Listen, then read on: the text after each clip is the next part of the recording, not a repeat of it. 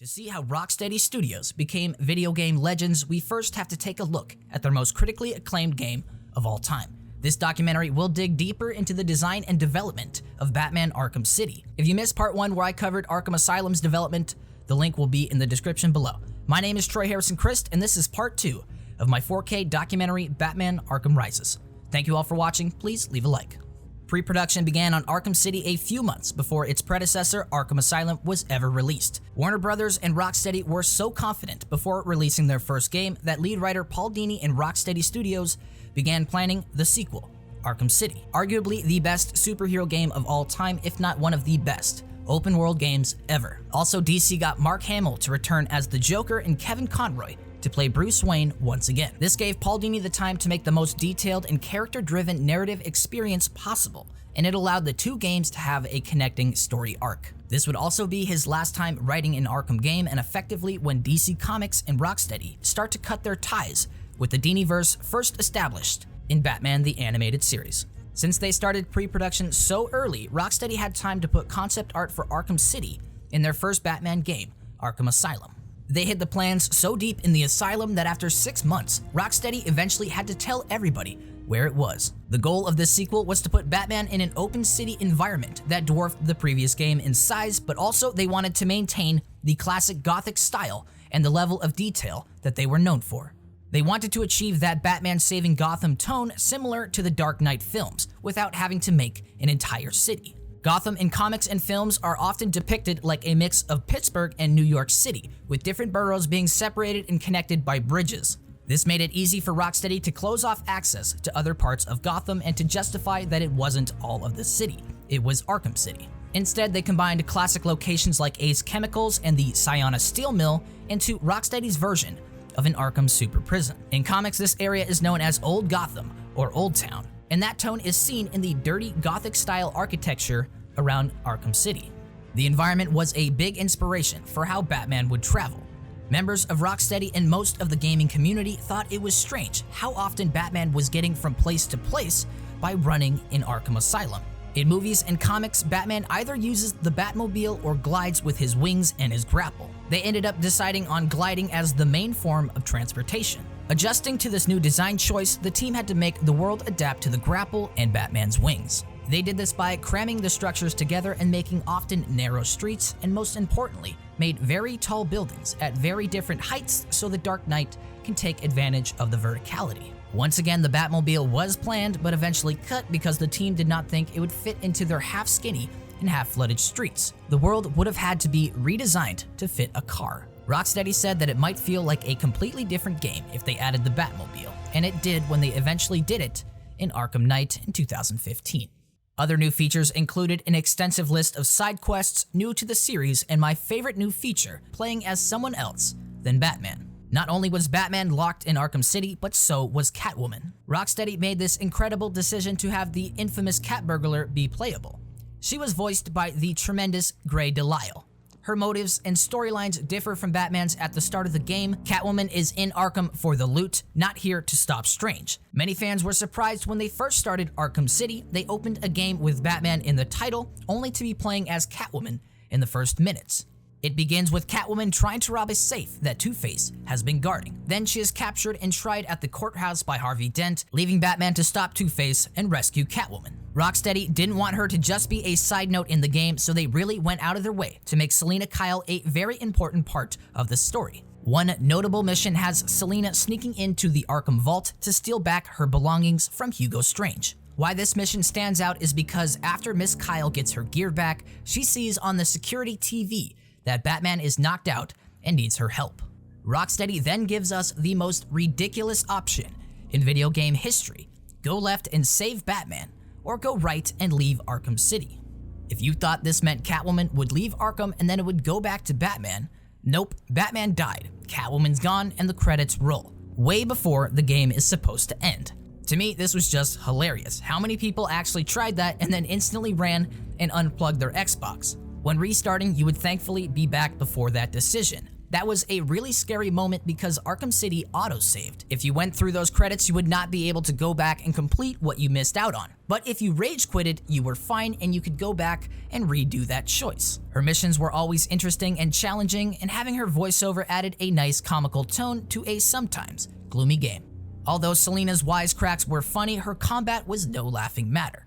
To vary her fighting style from The Dark Knight, Rocksteady tailored Catwoman's combat to be fast-paced and brutal, focusing on kicks, slashes, and her always deadly whip.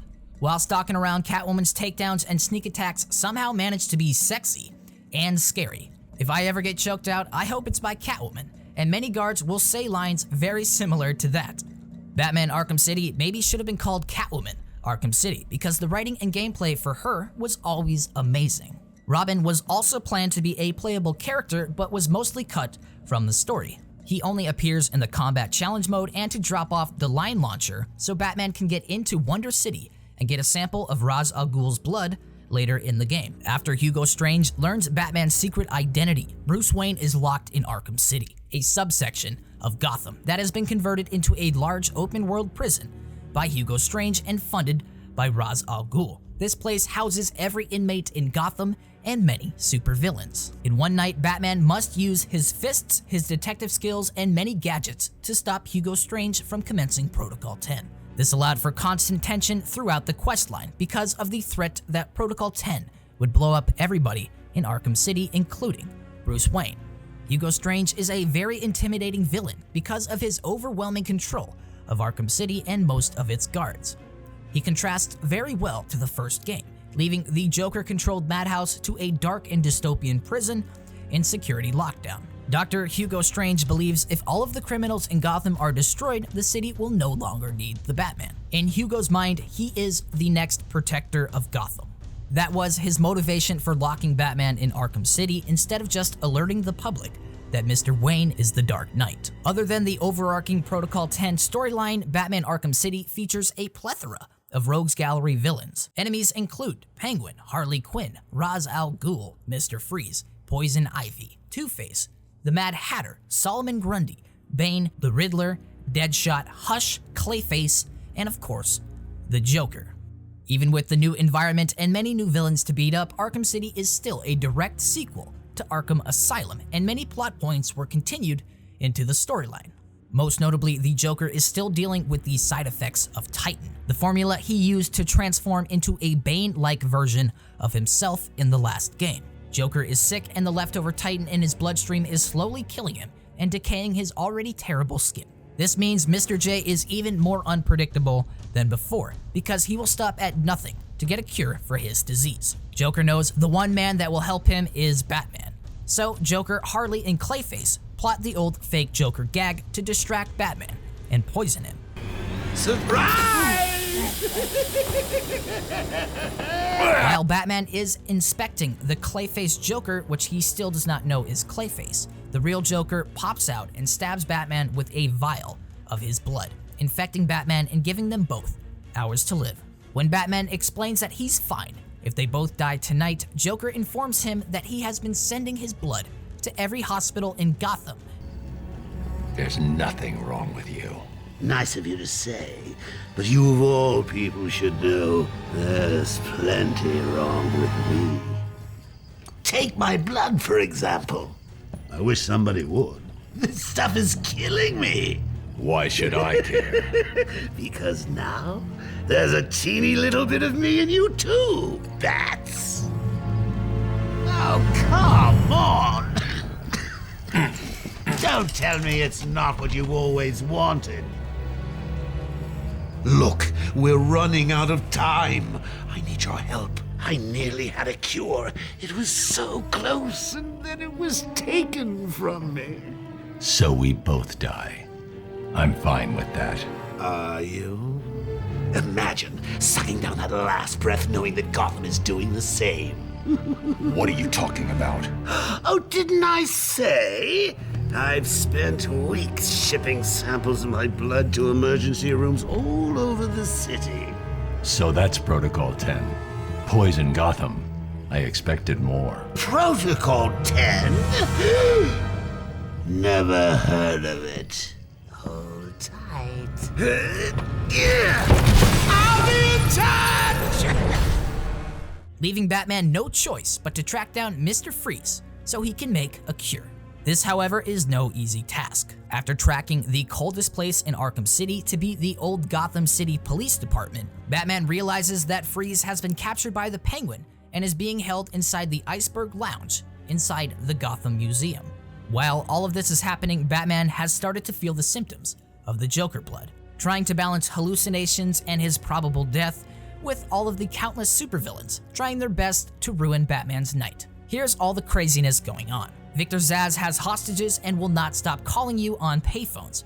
Riddler is Riddler, and being annoying, he's placing difficult challenges for Batman to complete. The Mad Hatter kidnaps you, Deadshot is just sniping people for fun, Ivy is pissed at Catwoman, Azrael is stalking Batman, the Calendar Man tells Batman he's lonely in February, rude, Bane is pissed at Joker for using him to make Titan, Ra's al Ghul has too many ninjas, and did I mention Hush is running around Arkham City, cutting people's faces off for parts so he can look like Bruce Wayne. Great. All of this while Batman and the Joker are slowly dying together. It is insane the amount of content that Rocksteady packed into Arkham City while still balancing an incredible main storyline perfectly. Don't worry, I'm not going to run down every single plotline, but I will talk about the perfect ending later in the documentary. Besides revolutionizing video game storytelling with Batman Arkham City, Rocksteady perfected the franchise's gameplay and would become the gold standard for future open-world games like The Lord of the Rings Shadow of Mordor and inspiring the later Assassin's Creeds. Rocksteady already had an amazing combat system, so there was no reason to alter it. They just made it better. Fighting thugs in this game could often lead to 60+ hit combos and epic combat takedowns. They also added a couple of different enemy types to shake up the gameplay. Not only were there guards with guns, but constant people with ninja swords, Clayface zombies, enemies with shields, bats, clubs, and all sorts of a variety of weapons that actually made the player think about what combo would work perfectly for that specific encounter. Also, new bat gadgets were a big priority. Besides the classics like the Bat Claw, Batarang, and Explosive Gel, they also added an assortment of new gadgets for Batman to solve problems with. Toys for him included the Sonic Batarang, which makes a small explosion when it hits. They added the Reverse Batarang, which does exactly what you think it does. Turns around and hits somebody in the back. The Disruptor was added to shut off weapons. The Remote Electrical Charge was a shotgun used to stun enemies and open electrically powered doors. The Freeze Blast and Freeze Cluster Grenades let you make ice to land on water with or throw at someone. Another one is the Line Launcher, so Batman can get over a tough environment. And finally, the Mine Detector, which is very useful later in the game when mines are everywhere. With all of these new gadgets for Batman to play around with, the team had to figure out how to use them all in close quarters combat. So they made a list of key combinations to quickfire the massive list of items. This made combat twice as fun as Arkham Asylum because of the ridiculous amount of combos Batman could beat up thugs with. Fast-paced fighting was the bread and butter of the series, but what made Arkham City sell so many copies was people talking to their friends about the amazing ending.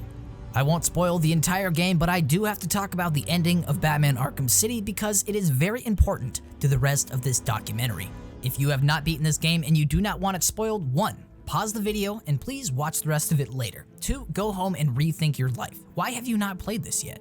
Wait, you're probably already home, but still, rethink your life. Number 3, go play Arkham City. Now that that is out of the way, let's talk about one of the best endings in video game history. Batman gets the blood of the demon from Ra's al Ghul because it has regenerative properties, perfect for a cure. Mr. Freeze turns that into an antidote for Batman, the Joker, and the infected people of Gotham City. While Batman and Mr. Freeze are fighting about finding Victor's wife, Nora, Harley Quinn steals the cure.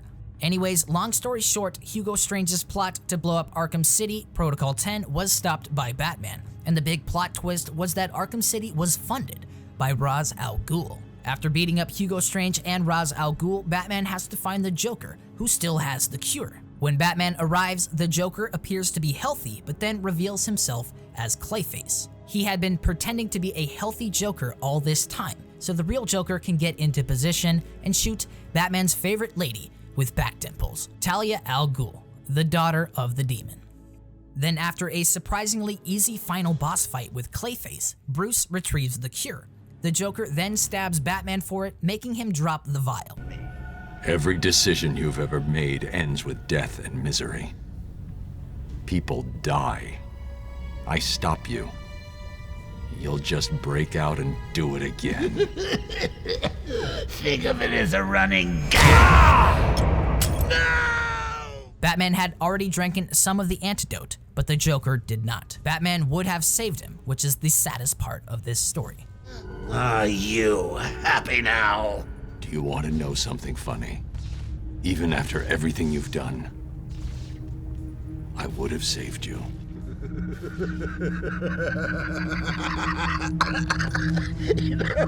That actually is pretty funny.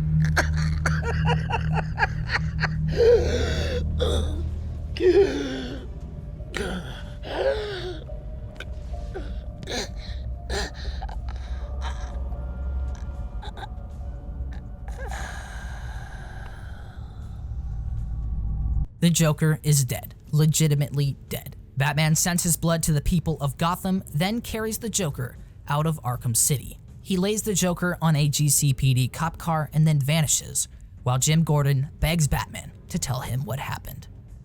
Batman is destroyed that he let the Joker die right in front of him. The end. Credits. People were amazed. They had no idea what just happened and did not believe that the Joker was actually dead. This ending left millions stunned and waiting for a sequel. Reviews were raving, a tremendous game with an ending that none of us saw coming. Arkham City was flying off the shelves when it was finally released on October 18th of 2011. All in all, Arkham City took about 2 years to finish, and Rocksteady grew from around 70 to 100 employees by the time the game was done. Paul Dini's writing and Rocksteady's hard work paid off. Arkham City was a massive success, and to this day it is one of the fastest selling video games of all time. Selling 2 million copies in the first week of launch, Arkham City passed Asylum in gaming awards as the most critically acclaimed superhero game of all time, even launching a Game of the Year edition later on, as well as Wii and iOS spin-offs that are barely worth mentioning. And I'm not going to even name them, because they were bad. This success spawned multiple DLCs like the Nightwing Pack, which added Dick Grayson to the competitive combat mode. Then we also got Harley Quinn's Revenge, which followed Batman looking for Quinn 2 weeks after the Joker's death. Paul Dini did not write any of this content. Fans were hooked and couldn't wait for another Rocksteady game. Instead of rushing out with a sequel, Rocksteady made a move that nobody expected. They hired WB Games Montreal to make Batman Arkham Origins, a prequel to the Rocksteady games. Most were not happy and were very confused why the Golden Boys of Arkham were not making the next Batman game.